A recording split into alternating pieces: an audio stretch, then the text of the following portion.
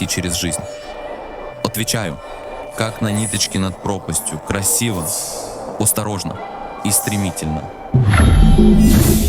Видящий, мастер живописи и гражданин мира. Николай Рерих – одна из выдающихся фигур этого, да и любого другого века. Он путешествует по Азии, в частности по Индии и Тибету, в поисках таинственного города Шамбалы, а также тайных реликвий и духовных знаний.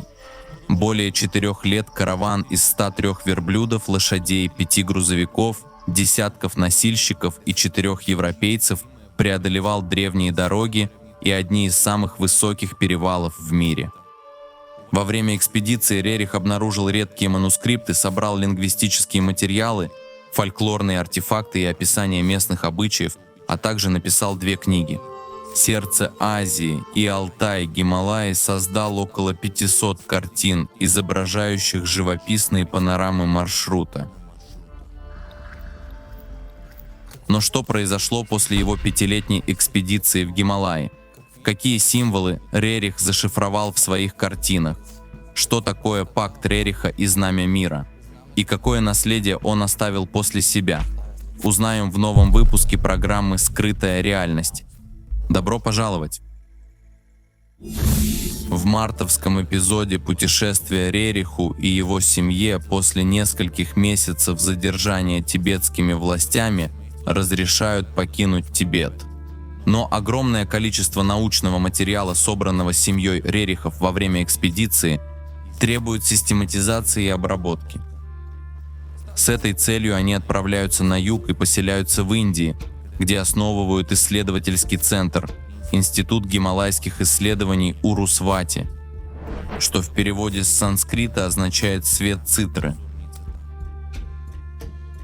С этого момента Елена Ивановна, жена Николая Рериха, практически полностью посвятила себя развитию идеологии Агни-йоги. Она писала книги, переводила древние священные тексты, вела обширную переписку с учеными и политиками по всему миру. Итак, что же такое Агни-йога? Агни-йога также известна как учение о живой этике. Это духовная философия, основанная Еленой и Николаем Рерихами, которая объединяет в себе стремление к высшее сознание с тканью повседневной жизни. Агни-йога происходит от санскритского слова «агни», означающего «огонь», и сосредоточена на культивировании внутреннего духовного огня, который является символом просветления и самой жизненной силы. Агни-йога – это скорее активная философия, призывающая интегрировать духовные принципы в повседневные действия. Основной принцип Агни-йоги – эволюционное растяжение сознания. Практикующие занимаются постоянным самосовершенствованием и самоанализом, стремясь не только возвысить свой собственный дух, но и внести вклад в коллективное развитие человечества. По своей сути это целостный подход, сочетающий развитие таких личных достоинств, как мудрость и сострадание, с активным служением другим, отражающим веру во взаимосвязанность всего живого. Агни-йога также пропагандирует единство искусства, науки и духовности, подчеркивая, что истинное понимание возникает в результате синтеза знаний и опыта в этих сферах. По мнению Рериха, такое единство ведет к созданию более просвещенного общества, которое ценит культурную и духовную мудрость наряду с научными знаниями. Общение с высшими вибрационными измерениями, как они называют сознание, очень важный аспект Агни-йоги. Рерихи утверждают, что их учение было передано через телепатический контакт с великими духовными мастерами, как они их называют, или махатмами, сущностями, которые якобы наблюдают за эволюцией человечества. Видите ли, ченнелинг, который происходит и происходил на протяжении веков с самыми разными людьми, с самыми разными личностями, основан на том же принципе. Сейчас опять же, есть необычайно много людей, которые ежедневно получают информацию и делятся ею со всеми людьми. Они готовы сделать этот шаг. Почему? Но нет никакой пользы, нет никакого смысла, если вся эта информация не предназначена для кого-то вне их самих. Помимо создания нового идеологического движения в лице Агни-йоги, Николай Рерих, несомненно, является одним из самых интересных и плодовитых художников XX века. Число его картин достигает 7000, каждая из которых – шедевр деревянной композиции, блестящей цветовой гармонии и массивности. Когда Рерих путешествовал по Гималаям, он записал в своем дневнике: «Гималаи, как много стремлений они вызывают. Где еще можно найти столько радости в восходе солнца, как не в Гималаях? Где синева насыщеннее сапфира, где ледники сияют с огромных расстояний, как несравненные бриллианты». Гималаи завораживали Рериха, и он видел в них глубокое душевное значение, определяя их как одно из самых священных мест на Земле. Его изображения Гималаев многочисленны. К сожалению, большинство картин не имеют названий, а просто пронумерованы. Рерих ввел в систему традиционного искусства идею чувства, идею духа, а не только истинности или ложности изображаемого предмета. Многие исследователи отмечают, что картины Рериха с их насыщенными яркими и чистыми тонами повышают жизненный тонус, гармонизируют ауру и биополе человека, улучшают настроение. А в своих дневниках Рерих описывал действия разных цветов, писав: «Желтый укрепляет физический организм и поддерживает сердце, фиолетовый укрепляет мозг, зеленый укрепляет нервную систему, розовый исцеляет желудок, синий указывает на общее укрепляющее влияние и активизирует тягу к духовному знанию, то есть стремление выйти за пределы собственных ограничений». Возможно, не случайно синий, фиолетовый, зеленый и розовый – цвета, которые часто встречаются в картинах семьи Рерихов. Возможно, цвета не только исцеляют душу и тело, но и способствуют духовному развитию человека. Таким образом, насыщенные цветом картины Рериха приводят сознание наблюдателя в состояние, в котором человеку легче видеть свою связь с источником. В период август-сентябрь в Пасе Рерих написал картину «Холм Тары». Название работы связано с богиней Бодхисаттвой Тарой, чье имя обычно переводят как «спасительница». Среди других известных картин «Магомед на горе Хира», «Матерь мира», «Посетители из-за моря». Если вы хотите лично увидеть картины Рериха, то можете сделать это в Национальной галерее, где хранится около 250 его работ, переданных в дар болгарскому государству в конце 1970 года его сыном Святославом Рерихом. Можно спросить, Немай, а сейчас, в период всеобщего материального кризиса, уместно ли говорить об искусстве и науке? Именно, уместно. В расцвете искусства и науки кроется преодоление жизненных кризисов.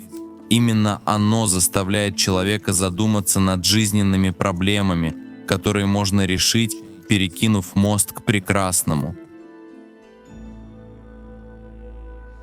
Помимо художника, Николай Рерих был писателем, чье творчество охватывало искусство, духовность, философию и научные исследования. В книге «Сердце Азии» он рассказывает о своем опыте экспедиции по отдаленным просторам Центральной Азии, вникая в богатую нишу местных культур и традиций, размышляя о духовных связях, переплетающих восточный и западный миры. Его размышления продолжаются в книге Шамбала «В поисках нового века», где Рерих погружается в таинственные сказания о Шамбале, легендарном духовном месте, скрытом в горах и символизирующем стремление человечества к миру и духовному пробуждению. Книга «Пламя в стекле» представляет видение Рерихом искусства как проводника духовных проявлений, выступая за пробуждение, творчество и интуицию для вдохновения социальной и культурной эволюции. Наконец, «Алтай-Гималаи. Путевой очерк» дает нам более личный взгляд на путешествие Рериха, описывая его встречи с величественными пейзажами, общинами коренных народов, археологическими чудесами и духовными светилами, с которыми он сталкивался на путях легендарного Шелкового пути. Но семья Рерихов жаждет новых приключений и поисков таинственных знаний. И вот в 1934 году Министерство сельского хозяйства США, которое в то время возглавлял поклонник Рериха Генри Уоллес, финансирует вторую экспедицию Рериха во внутреннюю Монголию, Маньчжурию и Китай. Официальной целью этой экспедиции было проведение исследований засухоустойчивых сортов пшеницы и сбор семян растений, предотвращающих эрозию почвы. Как вам такое предложение? Георгий Рерих, сын Николая, как заядлый тибетолог, да, есть такое понятие, тоже подключился к работе, проведя целое исследование лекарственных свойств монгольских и тибетских трав, встречающихся в регионе. Однако нельзя не упомянуть, что для семьи Рерихов, несмотря на необходимость финансирования и материально-технической помощи со стороны правительства США, эти причины служат скорее прикрытием для их истинных мотивов экспедиции, а они, как вы уже догадались, вероятно, связаны с поиском более сокровенных знаний. Учитывая, что обе экспедиции семьи Рерихов спонсировались США, существует версия, что многие реликвии и знания, обнаруженные Рерихами, были привезены в США. Однако так ли это на самом деле, остается загадкой. Во время второй экспедиции также не обошлось без сюрпризов. Они снова исчезли на несколько месяцев. На этот раз об их деятельности в Гималаях известно не так много подробностей. Известно лишь, что в какой-то момент после того, как они покинули Пекин и провели зиму в Тибете, наступил трехмесячный перерыв в истории, в течение которого никто не знает, что с ними случилось, хотя за всей экспедицией следили почти все крупные спецслужбы. В марте 1935 года они вновь появились в Пекине. На этот раз почти 300 видов засухоустойчивых растений, лекарственные травы и большое количество значимых древних тибетских манускриптов. Вдобавок ко всему, Рерих собрал еще и массу материала по мифам и легендам Востока. Он пишет: «В каждом городе и каждом лагере Азии я старался выяснить, какие воспоминания бережно хранятся в народной памяти. Через эти заветные и передаваемые из поколения в поколение сказки можно узнать реальность прошлого. Интересно, в каждой искорке фольклора есть капля великой правды».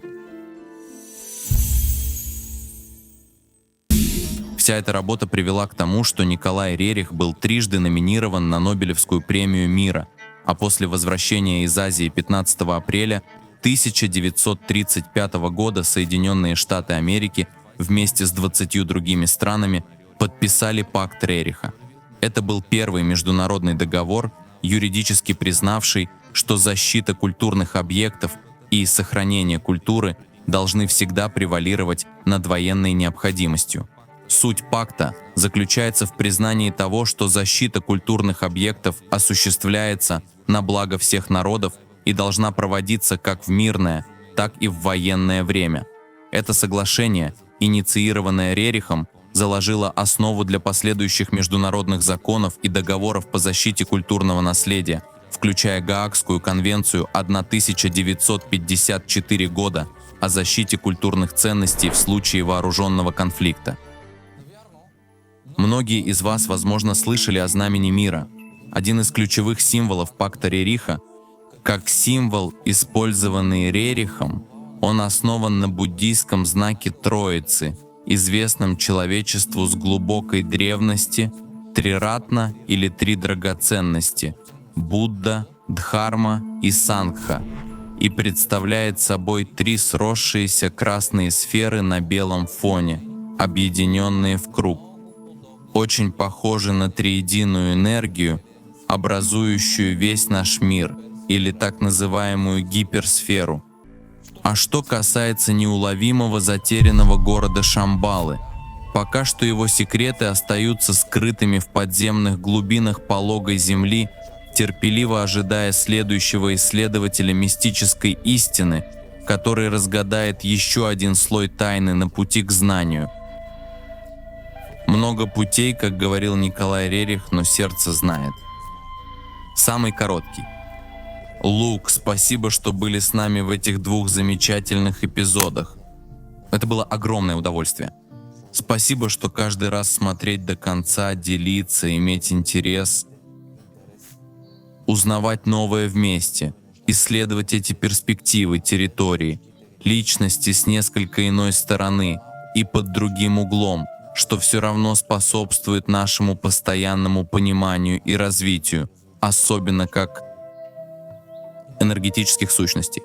Потому что как люди мы, похоже, обладаем ограниченными возможностями. Но как те, кто содержит в себе бесконечный потенциал источника, мы словно продолжаем существовать вечно и никогда не останавливаемся. Мы просто меняем формы. Но Николай Рерих — это нечто необыкновенное, как память. Он оставил след так же, как и другие великие исследователи, о которых мы не раз говорили в эпизодах «Скрытой реальности», но именно по этой причине, именно с этой миссией, эти люди с самого начала смогли осознать, зачем они здесь, себя, почему они здесь, свою индивидуальность, зачем она здесь, чем они сами могут заполнить этот большой кусочек Вселенной и не убегать от этого кусочка слишком далеко, а следовать за ним и через свои особенности, качества, способности и уникальные таланты выражать его и дарить миру. Что если каждый мы пытаемся двигаться и существовать таким образом? Сложный вопрос, казалось бы, но с другой стороны, может быть, есть простой ответ. Я не знаю. Я оставляю его вам в комментариях и желаю спокойной ночи, если вы смотрите вечером, и хорошего дня, если вы смотрите днем.